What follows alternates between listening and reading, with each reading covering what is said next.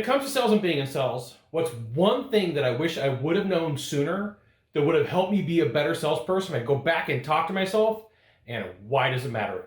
This is an important question.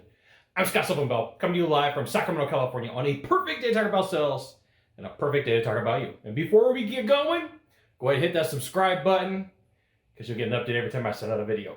So if I could go back in time and I could have a conversation with myself, here's what I would do.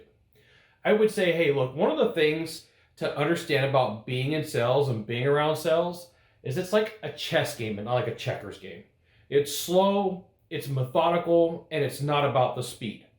And since I've been writing with salespeople, and since I've been watching sales presentations, and I've been co-pilot, like buyer says this, salesperson says this, salesperson says this, buyer says this, I've seen the ping pong match. I've seen the game go back and forth. And a lot of times what happens for salespeople, especially when they're struggling, is they lose their patience. And being in sales and closing deals is about being patient. It's not about how fast you can go tell all your buddies and friends and pals, hey, I closed this deal in 20 minutes. At the end of the day, what matters is, did you close the deal? Did you get the product to the consumer that was the right one for them? And will it help them out? Then, hey, by the way, now I get paid. And so I wish I could go back 2002-ish and say, hey, Scott, younger self, like slow down. It's not a race. You know, it's a dance. Buyer says this, you say that. You say this, buyer says that. And it's all about being methodical. And what happens is over time is you build up word tracks, you build up techniques, you build up strategies, you get used to situations. You've tried something in the past that didn't work, you modified it, you tried it now, and now it does work. And all this time, all this effort takes time for you to learn. And it's not going to be super quick and super easy. There are some people who automatically are very persuasive. They're automatically chatty. They're automatically able to close deals, but this is not the majority of salespeople. And so if I could go back and talk to myself, I'd say, hey, look, watch the match, the ping pong match going back and forth, but pay attention to the conversation. If you get a chance to watch a closer, they tell the same stories, they tell the same jokes. They've worked on their timing though. They've worked on the timing of the conversation. They know when they get an objection, they know when they get silence, they know when they get some sort of thing that really doesn't matter. These are all the things to pay attention to. Now, like in sports, like especially basketball, everybody wants to get the highlight reel. They want the slam dunk.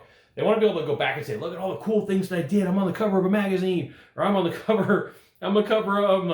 front page of a website.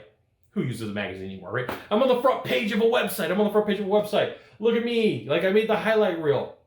And not all the time does that move stick. Sometimes the guy goes to slam the ball in and it hits the back of the backboard and it doesn't go in. And so sometimes with sales, this is what happens. You get too caught up in like the flair, like look at all the exciting things that I did. And it's all about sales basic mastery.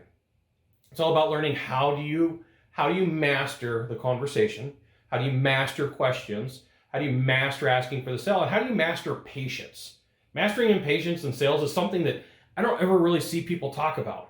I think maybe in one or two books it might have popped up somewhere, but it's all like, hey, ask this question, do this, but it's not like, hey, it's a timing issue. It's a dance, forward, backwards. It's not a chess game, it's a chess game.